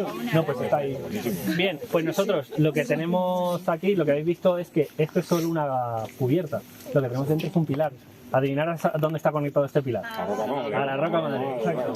Entonces, con todos estos pilares, nosotros tenemos este sistema de referencia, esta cuadrícula, mejor dicho, esta triangulación, porque por eso he dicho lo de mínimo 3, que referencia todo entre sí. De esa manera podemos tener lo que se llama el local tide o la marea local para saber cómo se están moviendo o desplazando los distintos observatorios entre sí.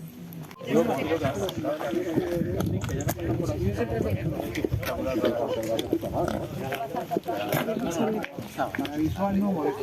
Para visual,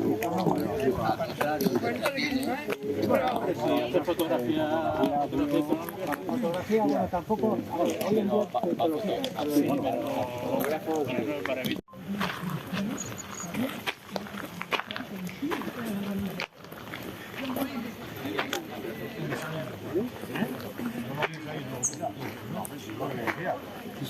estas últimas, sí, que que no es esta. Sí, La grande de Robledo es 70. La de Robledo es 70. Sí, sí, sí. Pero la nuestra tiene mejores receptores. Vaya. No, y además también es más difícil porque ellos también emiten. Y el problema es que tú al emitir tienes que emitir señales muy potentes que no se carguen tus receptores muy sensibles. Entonces ellos tienen que hacer ese juego. Nosotros no, nosotros solo recibimos, así que tenemos receptores maravillosos. Y no, incluso como nosotros solo lo hacemos aquí artesanos, que no lo podemos mostrar en los laboratorios porque están en mudanza, se podría decir que nosotros tenemos los receptores con menos ruido de todo el mundo. Y no, de verdad que parece que os estoy vendiendo. A mí da igual, a mí no me pagan más por venderos esto. Pero para que veáis un poco la potencia en radioastronomía que tenemos en España aquí en Lleves. Entonces tenemos mejores receptores. Entonces, por ejemplo, también para dar un poco de referencia, nosotros cuando hacemos estas observaciones internacionales siempre tienes que tomar como una antena de referencia, probablemente la que tenga mejor señal y mejor observación, para que luego el resto se unan a esa. Ese es como tu centro de tu antena, por así decirlo. Utilizan una que está en Effelsberg que es de 100 metros. Obviamente vas a usar una de 100 metros porque es la leche. Pero cuando no usan esa, en vez de usar algunas de 60, de 50 metros, utilizan la de Lleves. Porque nosotros, aunque seamos solo de 40 metros, tenemos receptores tan buenos que nuestra señal es maravillosa. Entonces la podemos usar de referencia. Pero luego, si quieres la de 100 metros, usa la de 100 metros. Eso ya es pasarse. Sí, bueno, para contar un poco que metan estos puntitos, esto es grasa. El tema es que, claro, aquí tenemos toda una serie de engranajes que se van desgastando con el tiempo. Entonces ahora mismo están teniendo un problema de cómo engrasarlo bien, pero prefieren sobreengrasarlo que esperar a que se rompa, porque es mejor manchar un poco la pared que cambiar el engranaje entero de este bicho. Y algo curioso de cómo se engrasa esto, mola muchísimo, porque solo tienes un punto por el que cae la grasa al engranaje. Entonces tú lo que tienes que hacer es echar grasa ahí y mover la antena. Y tienes que ir moviendo la antena de un lado para otro para que vaya deslizando la grasa y la vaya repartiendo. Entonces ves que hay gente echando, bueno, aquí no lo ves por fuera, lo ves por dentro y ves que la antena va haciendo así durante todo el día. Y dices, ¿qué está haciendo? Nada, se está engrasando. Es algo súper curioso. Pero bueno, vamos dentro.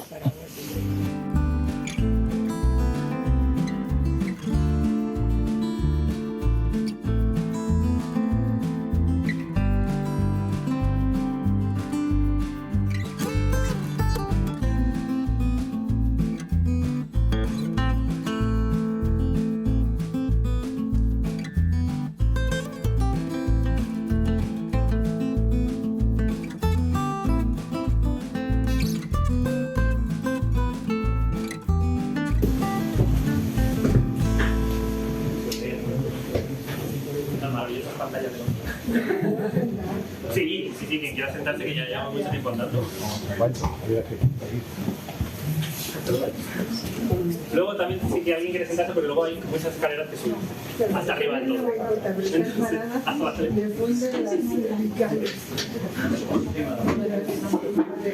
Entonces, todo el día andando y demás, también tengo la espalda.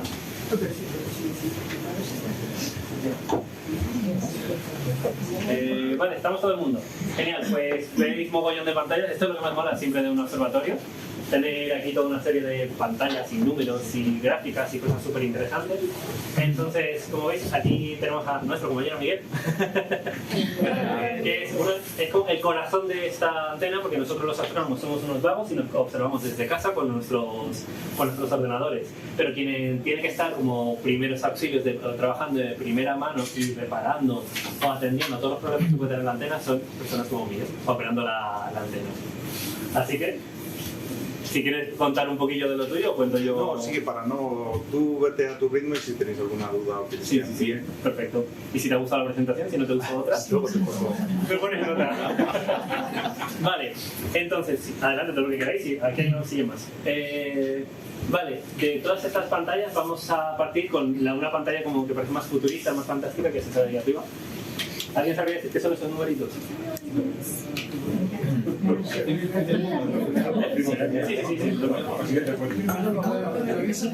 ¿Os suena algún número de lo que está pasando hoy? No, hay uno que está avanzando cada segundo. Pues tenemos, no, sí, no, pero los astrónomos usamos el tiempo juliano. Eso es la hora, pero desviada por 2 horas. Entonces esta es la hora, la UT. Ni siquiera es la UTC. Nosotros no trabajamos con la UTC, nosotros como estamos midiendo los tiempos, bueno, ese sí da UTC. Nosotros damos las precisiones, somos nosotros quien da el reloj en conjunto de otros observatorios. Entonces nosotros damos la UT, que es como la de a tiempo real. La UTC, bueno, UT1 mejor dicho, y la UTC es el tiempo real aproximado al segundo más cercano. Entonces, de la misma manera que un año exactamente no es 365 días, sino que es 365 días y un poco más, y hay años bisiestos en los que hacemos ese pequeño ajuste que movemos un día más, nosotros también movemos el tiempo, porque la Tierra se va como acelerando o ralentizando, con un segundo. Entonces, a veces un segundo más, un segundo menos. Entonces, el UTC es el segundo más próximo al tiempo real. Entonces, de repente hay los días que tienen un segundo más, o días que tienen un segundo menos. Y se dice que es como 2 veces al año o algo así, o un poco más que se cambia. Entonces, claro, esto es el UT1. Creo que este es el UT1, si no recuerdo mal. Si no, el UT1 lo podemos encontrar de otra manera, porque nosotros marcamos ese tiempo, esas observaciones. Y luego tenemos a la izquierda del todo ese 294. Los días. Porque los astrónomos somos raros en todas las cosas, vamos a añadir una rareza más, que es en vez de medir las fechas día, mes y año, nosotros lo hacemos con lo que se llama el DOI, Day of Year, o el día del año. Entonces contamos de manera lineal los días. Es un problema porque si yo te digo estamos en el día 294, sabes que estamos a final de año, pero no sabes nada más. Lo bueno es que esto para guardar en ordenadores es mucho más fácil, porque solo tienes que guardar 3 números y no 6. Entonces eso viene muy bien. Con Marte, día solar 32. Claro, entonces como tú estás. El 294, ¿qué es eso? Nadie lo sabe. Entonces ese es nuestro pequeño reloj. Y luego aquí nosotros tenemos los distintos centros de mando, por así decirlo, de las dos antenas. Aquí tenemos la 40 metros y aquí tenemos la 13 metros, que veis con sus distintas cámaras que tenéis aquí arriba. Bien, entonces de aquí se controla todo. Todo lo que viene siendo el movimiento, todo lo que viene siendo las observaciones, el control de los sistemas de computación, el control de los sistemas de los sensores, todo se puede controlar desde aquí, incluso desde la 13 metros.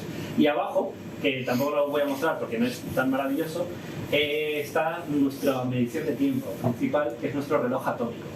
Entonces nosotros tenemos un reloj atómico que no, suena muy guay, pero es una caja, que no tiene nada, es una caja. Entonces, con este reloj atómico, nosotros tenemos ese punto de referencia, esa marca de tiempo de la que hablábamos antes, para hacer estas observaciones internacionales, para hacer esta interferometría. Entonces, nuestro reloj no marca la hora. Y decir, pues, ¿qué reloj no va a marcar la hora? Pero nuestro reloj marca muy bien el segundo. Entonces, tiene un periodo de segundo muy preciso. De esa manera, nosotros no podemos saber cómo está avanzando el tiempo a lo largo de nuestra observación con mucha precisión. Porque la hora ya la daremos después o ya la podremos conseguir después, que es con las observaciones internacionales, mirando estos cuásares o mirando con interferometría. Porque esta hora, el tiempo, es una variable que no conocemos. Es una variable que tenemos que sacar, entonces no podemos partir de ella. Entonces nosotros partimos de ese segundo exacto y después con todas estas observaciones calibramos el movimiento de la Tierra y por tanto calibramos la hora. Entonces, después de todas estas palabrotas, ¿alguien tiene una duda respecto a esa parte? ¿No? Entonces, nosotros tenemos un reloj que marca un segundo muy bien. Bien, entonces, aquí veis que tenemos toda una serie de sistemas informáticos, pero nosotros tenemos una serie de capas como de trabajo. Entonces podemos partir desde arriba de todo, que hay unos sistemas mecánicos desde los que nosotros podríamos mover como si de palanca se tratase la antena a base de botones y demás. Luego tenemos el sistema, el cerebro de la antena, que son estas pantallitas y estos ordenadores que veréis a lo largo de la antena, que tiene todos los controles de la antena. Y luego esto está conectado aquí a un sistema que se llama el sistema ACS, que es un sistema desarrollado por ALMA, que conecta por cables de red todos y cada uno de los aparatos que estáis viendo por aquí y los pone todos en comunicación. Luego ese sistema, por encima le puedes meter las observaciones y todas las operaciones para tú decir, quiero observar esta galaxia, quiero observar este cuásar. Y luego por encima puede estar el astrónomo desde su casa o desde aquí controlando todo lo que quiera para hacer observaciones o para hacer correcciones. Normalmente no se tiene un astrónomo diciendo, pues ahora voy a esto, ahora voy a esto, ahora voy a esto. Normalmente se tiene lo que se llama un schedule, ¿Cómo se llama? Programación. Programación, muchas gracias. En la que se dice todas las fuentes que se van a observar, cuándo y todo. Entonces el astrónomo no está en un Chevrolet en medio del desierto con unos cascos escuchando la antena. Ojalá.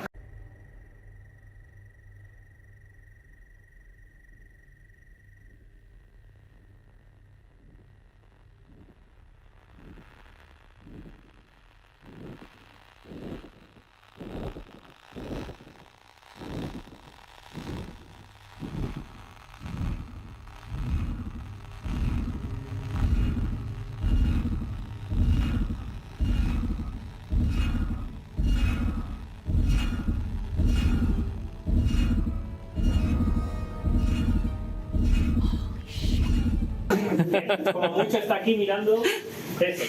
Vale, Y vale. así con su ordenador. Y supongo que nunca habéis encontrado secuencias de números primos y No, esas no, cosas no. tampoco. Pero si se la encontramos no lo podemos decir. Entonces. Es broma, no vamos aquí a matar. Por favor. Entonces, todo eso está preparado y está pensado para que la propia antena funcione sola. Pero, como conocemos aquí, Lleves es famoso porque falla mucho. Pero, al igual que muchas antenas fallan mucho porque hay muchos sistemas conectados a la vez y sistemas muy complejos, siempre puede fallar algo. La gracia de Lleves es que tenemos a todos los ingenieros y a todas las ingenieras aquí. Entonces, si de repente tenemos un problema con el receptor X, de banda X, traemos al ingeniero David, que ha trabajado en ese propio receptor, y dice, vale, el problema es esto. O traemos a Javier, que es el que ha programado esta parte aquí, y lo cambia al momento. Entonces, aunque somos famosos de tener muchos errores, también somos famosos de siempre solucionarlo todo e ir muy bien.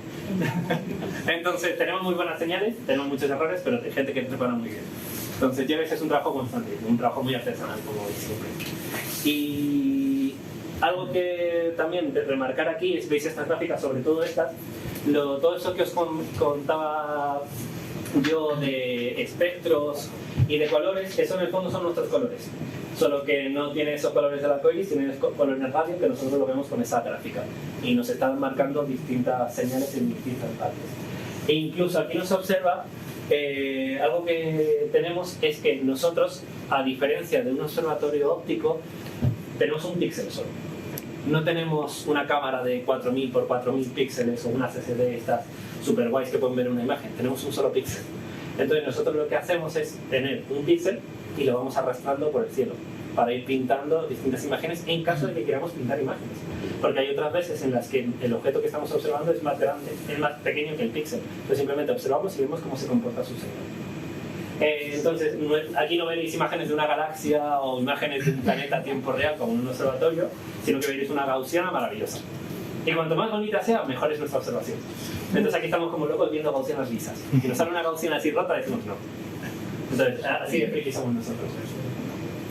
Y eso por la parte de nuestra observación. Y ya, como último detalle, en toda la serie de controles que tenemos de cómo mover la antena y demás, también tenemos controles de viento, tenemos controles de temperatura, tenemos controles de humedad y similares para ver cuándo podemos observar o cuándo no podemos observar. Y claro, nuestras antenas, como trabajan en radio y no trabajan en óptico, pueden trabajar de día y de noche. Incluso pueden trabajar cuando está nublado y cuando está despejado. A nosotros no nos afecta la contaminación lumínica ni la luz. Nos afecta la contaminación de señales de gente y de satélites, y también nos afecta la humedad, sobre todo. Porque curiosamente el agua, sobre todo, las frecuencias en las que trabaja el agua o las que emite o recibe el agua, o reacciona, mejor dicho, el agua, sí, son similares a las nuestras. Entonces, a mayor agua ya en el ambiente, peor es nuestra señal. Entonces, lo que viene siendo nuestro smog, nuestra contaminación que puede molestar a los telescopios ópticos, es la humedad. Entonces, ¿podemos observar un nublado? Sí, pero se nota muchísimo que nos sale una gaussiana feísima. Entonces, por eso siempre tenemos marcadas estas pequeñas indicaciones. También, a veces, cuando hace mucho viento, por ejemplo, nuestra antena se devela, por ejemplo, y la tienen que mover, tiene que seguir el viento de manera que siempre esté en horizontal, el viento, o apuntando para arriba. Luego, por ejemplo, si nieva, no la puedes dejar para arriba porque acumula toda la nieve y va por el peso. Entonces hay que tener en cuenta todo eso. Pero en general, pues estás observando 24/7 si el clima se comporta. Eso es la gracia de los observatorios radioastronómicos. Bien, entonces, ¿las dudas por ahora? Hombre, de todas maneras, este es un lugar siempre muy húmedo, ¿no? La zona de Guadalajara. Claro, por eso es el mejor lugar para poner... Lleves se ha buscado que es de lo más seco que hay por aquí. ¿Sí? Es muy seco en cuanto al lugar normal para una persona, no es tan seco para un observatorio radioastronómico. Porque luego tienes, por ejemplo, ALMA, que está a 5.000 metros de altura en el desierto más árido del mundo, y luego tienes otros, el Irán, por ejemplo, y observatorios similares, pero funciona. Y Lleves sale la cosa adelante. Entonces lo suplimos con tener la gente aquí, haciendo la tecnología aquí y teniendo los mejores receptores del mundo. Entonces se acaba supliendo un poco, pero sí que es verdad que eso se nota. Entonces, para las frecuencias más altas, que son las longitudes de onda más pequeñitas, sí que lo notamos bastante. Tanto porque nuestra antena no aguanta tanto esa forma y porque las nubes nos van a molestar muchísimo. Pero luego hay otras frecuencias que no se notan tanto, entonces se puede trabajar en ello. Sí. Para aquel tipo de radiotelescopio, por ejemplo, no influye tanto porque estamos trabajando en frecuencias mucho más bajas. Cuando trabajamos en 3 milímetros, por ejemplo, nos afecta más. Claro. Pero sigue siendo una señal bastante potente por lo grande que es el colector, la antena. Claro, entonces eso de frecuencias de longitudes de onda, en el fondo, si nosotros tenemos una longitud de onda muy grande, todos estos errores pequeñitos como las gotitas de agua, humedad y demás, no las va a notar. En cambio, las de frecuencias más altas y la longitud de onda más pequeñita sí que notan esos errores. Por eso nosotros, por ejemplo, no podemos emitir, ahora no se ve, pero si veis la antena a 40 metros, de repente hay partes donde no hay pintura. O partes que veis y dice, oye, esto no está del todo bien. Es porque son errores más pequeños de lo que nuestras frecuencias pueden trabajar. Entonces, no hace falta tener una limpieza tan perfecta como puede ser el espejo de un telescopio óptico. Requiere limpieza, pero no tan precisa, por ejemplo. ¿Sí? Perfecto, pues si queréis, aquí simplemente que echar un vistazo, no hace falta entrar porque hay mucho ruido. Si queréis mirar luces y cables. A la que de luz roja. No, esta es porque la antena está ahora mismo bloqueada. Sí, es que están bloqueadas. El tema es que están haciendo operaciones. Entonces, imagínate que de repente un astrónomo quiere hacer una observación, se olvida que están haciendo alguna reparación y pone a moverse la antena. Pues el operario se cae. Entonces, por eso tengo yo los candados para cuando un astrónomo desde su casa. Bueno, la antena. Claro, hay muchos astrónomos que se preocupan más la observación que la gente, ¿no? Hay que evitar, ¿sabes? Bien, entonces ya para rematar y ya nos vamos arriba, que ya es ese final. Aquí nosotros tenemos toda una serie de sistemas, incluso podéis cotillar donde están las luces verdes, esos mangos de los que hablaba para poder transportar los discos duros a otras partes. Y luego a mí lo que me mola mucho son los discos que tienen los puntitos azules. Entonces, nosotros aquí tenemos todo este sistema de control, todo este sistema de cableado donde se procesa toda esta señal. Porque nosotros recibimos la señal de aquí y de la 13 metros y la procesamos aquí en casa. Incluso se la limpiamos y la calibramos a los astrónomos. No la tienen que calibrar. Y ya la enviamos ya todo ordenadito y limpiado. Entonces se necesita toda esta serie de ordenadores. Y no solo eso. Para los más frikis, ¿quién sabe lo que es una transformadora de Fourier? ¿Qué? A ver, bien, dos frikis. La composición de una onda por frecuencia, ¿no? Exactamente. Resumido es como extraer las notas musicales de una canción, una a una. Entonces aquí nosotros podemos traer esas frecuencias para buscar estas frecuencias, por ejemplo, para encontrar el oxígeno o las moléculas de las que hablábamos antes. Pues por ahí arriba del todo, en la segunda partiendo de la derecha, hay toda una serie de cajitas que hacen transformadas de Fourier de manera analógica a tiempo real. Lo que nos está permitiendo estudiar las frecuencias y estudiar el espectro a tiempo real. Entonces, igual no suena chino a los demás, pero para los que sabemos de transformar de Fourier y demás, eso es un logro bastante importante. Y luego tenemos eso, lo de las luces verdes y azules, los discos duros. Lo de las luces verdes son discos duros normales de toda la vida, los de disco magnético, los HDD. Ah, ¿tienes alguno aquí? ¡Qué guay! O sea, que en tiempo real te saca la señal wow. Sí, a tiempo real. Y tú estás ahí.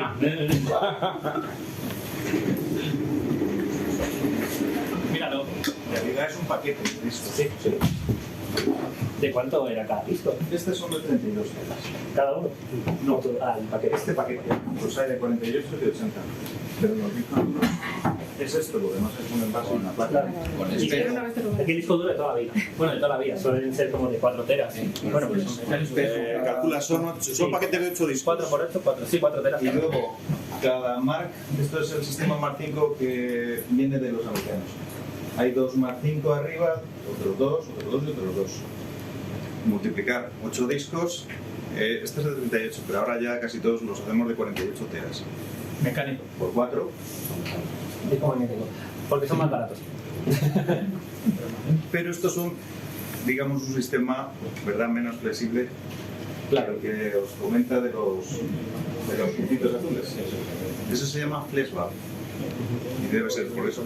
Es porque es más flexible, totalmente. Puede grabar al mismo tiempo que manda por varios canales, es mucho más. Y además trabaja de una manera transparente. Aquí tienes que indicarle, ahora voy a cargar. Ahora mismo el Mar 6, 13 metros, está ahí. De vez en cuando veis unas, en el número 2, está parpadeando porque está haciendo esa transmisión a Bonn. El último experimento del viernes. Bueno, claro, eso no lo he contado. Vivos es uno de los experimentos principales que tiene todas antenas similares de tamaño 13 metros repartidas por el mundo para trabajar con esta interferometría del que hablamos, con este telescopio del tamaño del radio de la Tierra, para observar cuásares. Entonces, hacen estas mediciones todas las semanas, quieren hacerla todos los días, para poder calcular esa rotación de la Tierra todas las semanas. Entonces, lo bueno es que utilizan antenas pequeñitas que están trabajando constantemente en esto y dejan las antenas grandes a hacer astronomía y astrofísica. Así, por lo menos, todo lo que requiere observaciones largas y tediosas las dejan en los aparatos potentes. Porque en el fondo del cuásar es un punto muy brillante en los aparatos.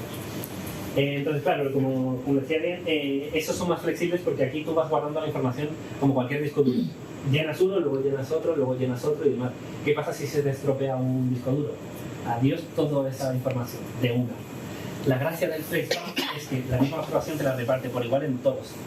Entonces te los va llenando por todo igual. Si pierdes un disco duro, no pierdes una observación entera, pierdes un porcentaje pequeño de todas. Entonces eso te hace perder un poquito de nitidez, pero no pierdes una hora entera, por ejemplo, de observación. No solo eso, es más flexible, como decía, puedes leer, puedes extraer información, puedes grabar, desgrabar, borrar todo lo que quieras en todo momento, que no va a haber ningún solo problema. Es como un disco duro normal del que nosotros estamos trabajando. Además te despreocupas, tú dices, grábame esto, y él se encarga de grabártelo, dónde y cómo sea. Suelen ser de 356 teras. Terabytes. Pero ya Bond, por ejemplo, tiene algunos FlexValve que son de pico, Beta, están en petabytes. Y claro, y luego decir, bueno, es para tener espacio de sobra. En realidad no, se me llena. No importa, yo cuando vine aquí los discos duros eran de 3,2 teras. Por ahí hay algunos. Según se va aumentando la capacidad, también aumenta la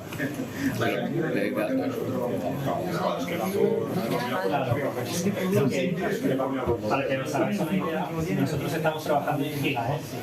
Es decir, un dato, por así decirlo, o mejor dicho, 10 a la 9, perdón, 10 a la 9. Sí, 10 a la 9, perdón, datos cada segundo.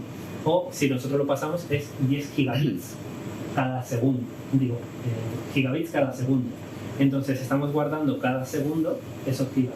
El tema es que eso es solo si fuese un solo canal, pero nosotros, por ejemplo, en ese podemos llegar a tener 16 canales enteros. Entonces estamos hablando de 16 gigas al segundo mínimo, porque podemos trabajar incluso más gigahercios, hasta 100 gigahercios. Entonces, claro, de que se van llenando los teras, nada. Es rapidísimo. Por eso luego ahí atrás tenemos, para no tener que estar enviándolo, nosotros tenemos nuestra red de nuestra infraestructura de fibra óptica que trabaja hasta 100 gigas por segundo. Entonces, de ahí la gracia es que es mejor que las redes ópticas de nuestra casa porque pasa por menos servidores. Es una conexión más directa a los puntos de interés. De aquí a Madrid, a donde está el nodo central, no tiene ningún servidor, ningún corte. Claro. Se llama fibra oscura, no porque sea negra, por diferenciarla de la luz. Claro. Al principio pasábamos por la red general y ¿qué pasaba si nosotros colocábamos datos? Se colapsaba. Y si había mucho tráfico, no metías un tráfico. ¿Dónde se guarda toda la información? Claro, primero los discos, pero luego la vamos enviando a cada... Lo digo porque si se pierde. A ver. Si se pierde disco, suele quedar el backup del disco. Vale. La tengo ahí grabada en ese paquete de discos y estando ahí. Una vez que yo lo transformo, es que como va dividido en varios discos, lo volvemos a desmultiplexar, lo enviamos. Cuando está allí, por ejemplo, o así, le mandan la información, recoge la de todos, por eso es la interferometría, recoge la de todos los operadores y ya correla, manda los resultados a que haya solicitado la observación y ya te dicen, publicado, enviado, tal y podemos borrar. Pero lo tienes mientras como backup. Sí, claro. Porque si no Puede borrar. Pero tendremos un problema de datos al final con tantos telescopios, ¿no? James Webb, Gaia, Claro, luego el tema de estos datos que no sé. Si trabajáis un poco en fotografía, esto es la información en RAW. Entonces, esta es información en estado puro. Luego, cuando lo reduces todo a lo que viene siendo toda la limpieza, unes todos estos datos en una única imagen, todo eso se reduce. Y luego, si no lo necesitas, luego todo eso lo puedes borrar. Entonces, lo que es el tocho, esa imagen ROS, pesa muchísimo, pero luego cuando llegas a la investigación final tienes menos. Al final te quedas con la última foto que te gusta pasada por el... Claro, pero me refiero a los grandes datos que están llegando de las misiones, que no se están trabajando todavía. Se procesa, todo se procesará y te quedas con... Sí, pero hay mucha información que no se puede procesar, no hay y se queda ahí capital y luego humano para por ejemplo, al final todo se va filtrando. Es como los espías.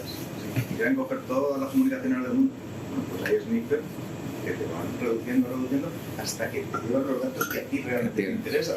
Luego lo demás es fácil. Las universidades colaborarán también para ayudar a procesar todos esos datos. Depende de los centros, en principio. Nosotros aquí tenemos nuestro propio centro de datos que se está construyendo, pero nosotros trabajamos también, por ejemplo, con centros de datos en Holanda, que tienen ahí un centro de datos donde tienen todos los discos duros y toda la potencia computacional para hacer esos cálculos. Universidades, directamente no lo sé. Lleves no. O sea, colabora para hacer prácticas de empresa o prácticas de máster, por ejemplo, o para atraer empleos. Directamente creo que no tenemos ninguna colaboración. No lo digo por la cantidad de datos que hay para intentar reducir también. Claro, eso se lo llevan los centros de datos. Nosotros, una vez nos lo pasamos, lo guardamos tanto como podamos y si no, después se borra y se lo quedamos.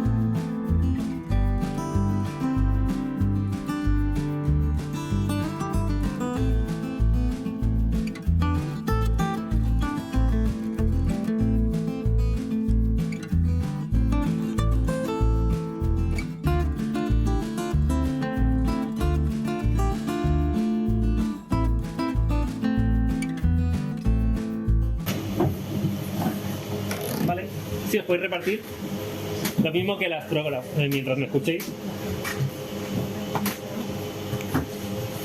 Vale, guay. ¿Escucháis esa sintonía de la que estamos hablando antes?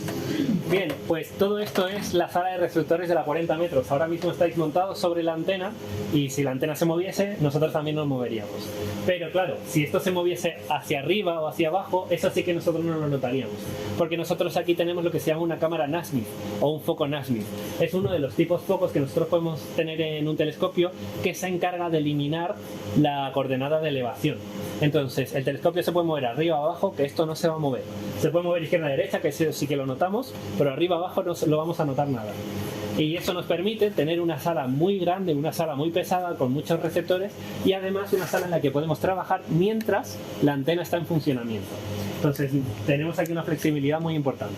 Y aquí lo que tenéis Eso ahí al fondo que está mirando hacia arriba, ese tubo, ese es el centro de la antena. Toda la señal que está recolectando la antena en el primer espejo y después que rebota del segundo espejo, de reflector secundario, cae aquí, en este espejo central que es el espejo 3, el M3. Y luego veis que tiene como 2 espejos a los lados, porque nosotros lo que podemos hacer es decidir si trabajar en esta mesa o en esa otra mesa de señales. Nosotros lo que tenemos aquí son las altas frecuencias y allí los receptores de bajas frecuencias. Entonces nosotros podemos observar hasta 5 bandas distintas de radio en distintos momentos, lo cual nos da muchísima más flexibilidad que otros dispositivos, otros radiotelescopios.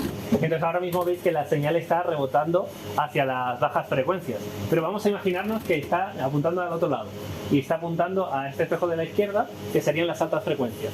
Ese cuarto espejo está rebotando aquí, que sería este quinto espejo. Y este luego, en esta zona, nosotros tenemos toda una serie de tuercas y de mecanismos que nos permite seleccionar cuál de estos 3 receptores queremos utilizar. Incluso ahora mismo estamos trabajando, somos los primeros en el mundo trabajando con Corea del Sur, que también tiene sus radiotelescopios, en lo que se llama la tribanda, en trabajar con 3 bandas a la vez. Porque cuanto más colores veamos a la vez de un experimento, de una galaxia o similares, más información podemos extraer a tiempo real. Y esto lo podemos conseguir con juegos de espejos o con espejos también que se llaman dicroicos, que estos son espejos que dejan pasar un cachito de la luz, un color de la luz, y rebotan otro. Entonces podemos separar la luz hasta 3 veces y observar la luz en 3 frecuencias distintas en cada uno de estos cilindros, que cada uno de estos receptores que tenemos aquí. Entonces, esto, como veis, tenemos toda una serie de juegos de espejos y demás similares a lo que podría ser un telescopio o un observatorio óptico, porque la óptica es prácticamente la misma. Luego lo que cambia es la parte de los receptores. Aquí ya tenemos toda una serie de electrónica y ingeniería de materiales y de telecomunicaciones totalmente distinta, que está escondida en estas carcasas que las mantienen frías y estables. Bien.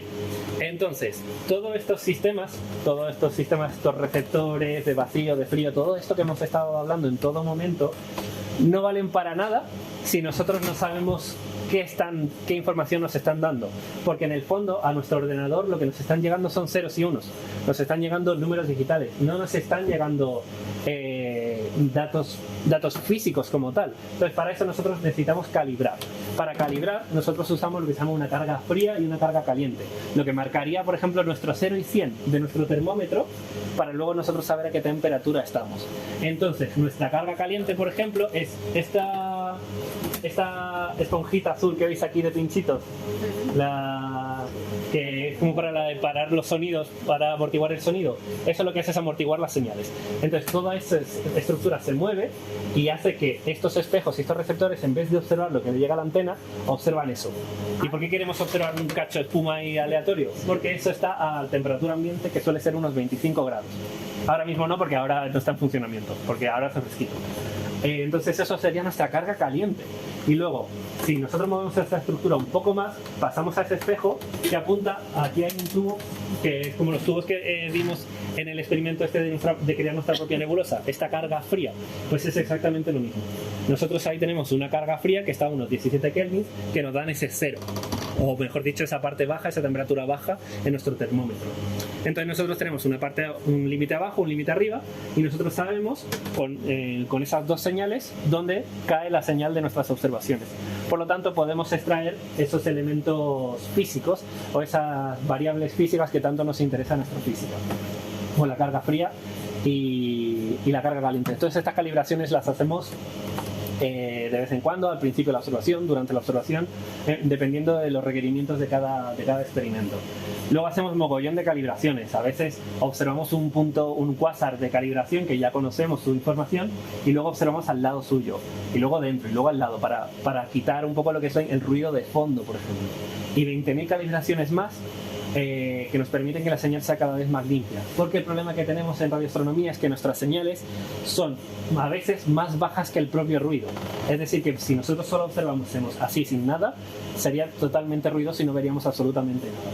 Entonces tenemos que hacer todos estos ajustes y estas calibraciones para poder sacar esa señal. Luego, peor aún, nosotros mejor aún, cuando hacemos observaciones internacionales, normalmente trabajamos con experimentos, o mejor dicho, con astros mucho más tenues de lo que solemos trabajar. un observatorio como el de Lleves por sí solo no podría observar esas cosas, por mucha calibración que le metas. Pero claro, nuestro ruido es nuestro. Luego otra antena tiene otro ruido y luego otra antena tiene otro ruido distinto. Cuando juntamos todas esas observaciones, ese ruido se cancela completamente. Trabajamos juntos y sacamos esa señal. Pero siempre tenemos que ir con las señales lo mejor posible, porque estamos trabajando con cosas tan tenues, tan finas, que necesitamos que todo vaya al máximo rendimiento. Si queréis hacer una idea para los más frikis, a veces en observaciones recibimos un fotón al segundo, comparado con los trillones y trillones de fotones que nos puede llegar en un óptico, por ejemplo. Un fotón, que de repente llega y lo recibimos. Y ese es nuestro píxel, por ejemplo. Y entonces nosotros, además de esos sistemas de calibración, tenemos estos sistemas de temperatura y tenemos toda esta ingeniería de fondo de telecomunicaciones y materiales que permite que los receptores sean lo menos ruidosos posibles. Y algo curioso que me habéis visto es comparar estas señales con un termómetro. Nosotros normalmente en radioastronomía no hablamos de señales, por ejemplo, de magnitudes o de iluminancia o de iluminación. Nosotros hablamos de kelvins, que una señal está a tantos kelvins, lo cual puede parecer muy extraño, pero el tema es que nosotros, nuestros sistemas electrónicos tienen ese problema principal de que los componentes sueltan radiación, como lo que hablamos del metal antes, que se pone al rojo vivo. Entonces nos viene muy bien saber cuánto se separa en energía la señal de nuestro objeto de la señal de nuestro ruido. Entonces siempre hablamos de esa temperatura de antena, temperatura de sistema, y tenemos ahí una pequeña conversión desde energía a temperatura que se hace con las calibraciones que hacemos en estos sistemas. Entonces hablamos de temperaturas o señales o energías en temperaturas. Entonces es una cosa un poco curiosa, en vez de hablar de magnitudes, por ejemplo. Tenemos magnitudes en radio también, en el fondo es una comparación, pero bueno. ¿Sí? ¿Qué dudas aquí? ¿Peligroso ponerse en medio? No. Incluso si hubiese una observación tú podrías meter la cabeza aquí. Bueno, no es peligroso por la señal radio, es peligroso por el astrónomo que viene a darte una colla. Porque nosotros sí que emitimos ese radio. Pero como es señal radio, no pasa nada. O sea, el radio y el microondas y todas estas señales están en frecuencias menores al visible. Entonces, si ya a ti, por ejemplo, la luz roja, que es la más pequeña del visible, no te afecta, cualquier cosa inferior no te va a afectar. El problema es el otro lado. El problema es el ultravioleta del sol, los rayos X y todo. Rayos gamma y todas esas cosillas. Pero no, entonces aquí si tú pones la mano, pues viene el astrónomo a darte unas collejas, pero a tu mano no le pasa nada. ¿Sí? Eso ya depende de la frecuencia de la mano del astrónomo. Claro, depende de la... Si justo le tapas ahí una línea espectral y dices, oye... más dudas, cuestiones. Porque esto es eso, todo este sistema de calibraciones y receptores y espejos y todo más, pero también mola ver esta conexión entre la parte más de telecomunicaciones de radio y la parte óptica de un telescopio. Y mirad, ahí podéis ver estos espejos que están súper rayados y súper... Sí, eso sería... Claro, eso sería impensable en un observatorio óptico, porque en un observatorio óptico hasta ese mínimo rayajo lo notas. Nosotros, como tenemos esas longitudes de ondas tan grandes, esos rayajos son invisibles para nosotros. ¿Podrían estar más limpios? Sí. Pero bueno, mientras me lo mantenga, si queréis un poco de referencia, normalmente se suele trabajar con una precisión de una decena o 20 veces o 20 partes la longitud de onda. Entonces, por ejemplo, si nosotros estamos trabajando con una longitud de onda de 20 centímetros, nosotros solo necesitamos una precisión de nuestros aparatos de 1 centímetro. Entonces, si nosotros tenemos un rayajo de 5 milímetros, no pasa nada. Luego sí que lo notamos porque llegamos a frecuencias de 3 milímetros y ahí hay rayajos de 1 milímetro y así, pero bueno, se reparan y se pasan cosas. Y luego, claro, en óptico nosotros estamos hablando de longitudes de onda de cientos de nanómetros. Entonces nosotros necesitamos precisiones de decenas de nanómetros. Entonces, o de otros cientos de nanómetros en función por dónde lo mide. Entonces ahí tienen que estar impolutos. Ahí estamos hablando de precisiones a nivel atómico de los espejos. Aquí rayajos. ¿Sí? Muy bien. Bueno, es más fácil. Pues esto sería esta parte y luego ya podemos seguir bajando y volver. El tema es, no vamos a poder moverla a 13 metros, es una pena porque al parecer con las lluvias y la humedad se ha estropeado uno de los sistemas computacionales que no permite controlar la antena. Ya lo has avisado. Era por si acaso. Hay muchas averías, aunque las solucionéis rápido. Claro, pero esa es por la lluvia de ahora. Esta es porque estamos justo, nos pilláis entre modelaciones completas con la 40 metros, pero la otra era mala suerte, porque ayer se movía. Pero bueno, el observatorio no se va a mover de aquí, yo espero que tampoco, entonces podemos ir bajando si queréis. Muy bien.